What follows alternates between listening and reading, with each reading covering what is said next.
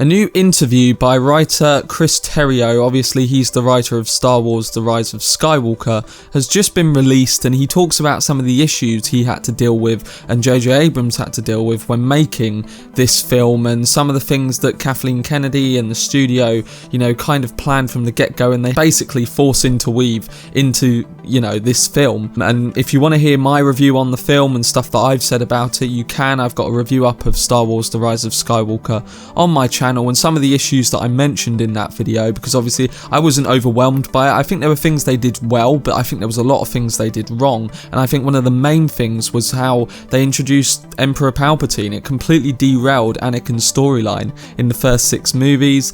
It just felt like an evil villain that they pushed in because he was familiar to Star Wars, and essentially, something for Kylo and something for Rey to overcome, even though we had no previous development or no explanation to how the Emperor has survived or how he's built up this big army underground over the last few decades. The review that I gave is on the channel, so you can go check that out. But Chris Terrio has basically come out in this interview stating that they had clear plans about certain narrative marks they wanted us to hit. They also gave us a lot of freedom within that. We knew that Rey and Rem were utterly key to this trilogy, but we also felt that there was no way that we were going to not find a path to redemption for Kylo Ren, the son of Han and Leia. And I think instantly from that statement you can tell they wanted to do more with Kylo Ren in this film, and don't get me wrong, I think they did a decent job with him, but they could have made his storyline such a bigger thing towards, this whole trilogy, and it was only glimpsed on, it was only really developed in this film, I think, and maybe even in The Force Awakens, to an extent, but I think they could have gone further with that and it would have made the overarching story better. He then went on to say, well, I can't speak to Kathy's overall intent. That was certainly discussed and was discussed before I ever came on, and this is talking about Palpatine, of course. Kathy had this overall vision that we had to be telling the same story for 9 episodes. Although from the sight of hand of episodes 7 and 8, you wouldn't necessarily know immediately that we were telling the same story. She thought it would be a very strong end for the 9th movie. This fits well with JJ because he loves his magic tricks.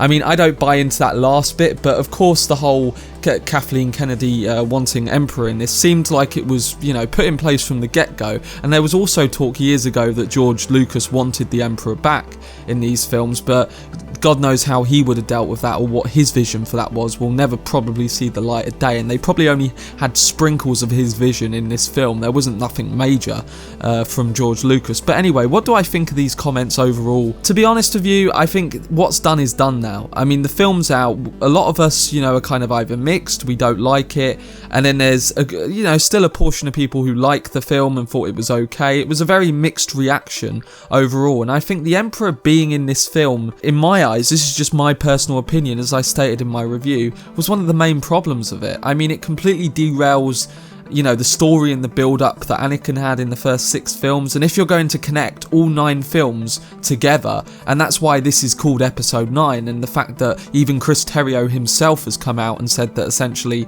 Kathleen Kennedy really focused on connecting all 9 films, and we know that because of the fan service in this film and the previous 2 episodes. I think at the end of the day, like, having the Emperor back in this film just really hurt it. It really hurt the development of the characters, and I didn't like The Last Jedi either, but I think there was something that they could take from The Last Jedi and maybe do better in this film than The Last Jedi did with, that material. But, putting the Emperor in here just really threw me off guard. It didn't feel like, there was no explanation to how he was back or why he was back, apart from the fact that he was powerful, and we all knew that, but it didn't hit me as much. And I think what you can tell from Chris Terrio in this interview about how, he's talking about how Kathleen wanted this and wanted that, and me and JJ were kind of considering Kylo as the big, development point and maybe developing him a bit further.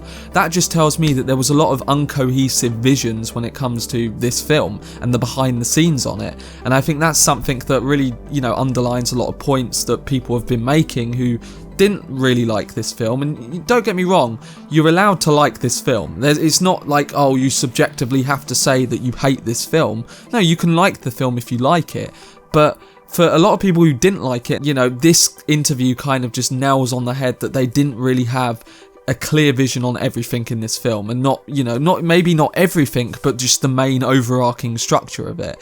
And, you know, this has kind of solidified that. But let me know what you think down below. Do you think that, you know, Chris Terrio is essentially just trying to put a bit of the fire that has come towards him and the filmmakers back onto Kathleen Kennedy, or do you just think he's, you know, just being completely honest? And yeah, basically it was an incoherent production behind the scenes.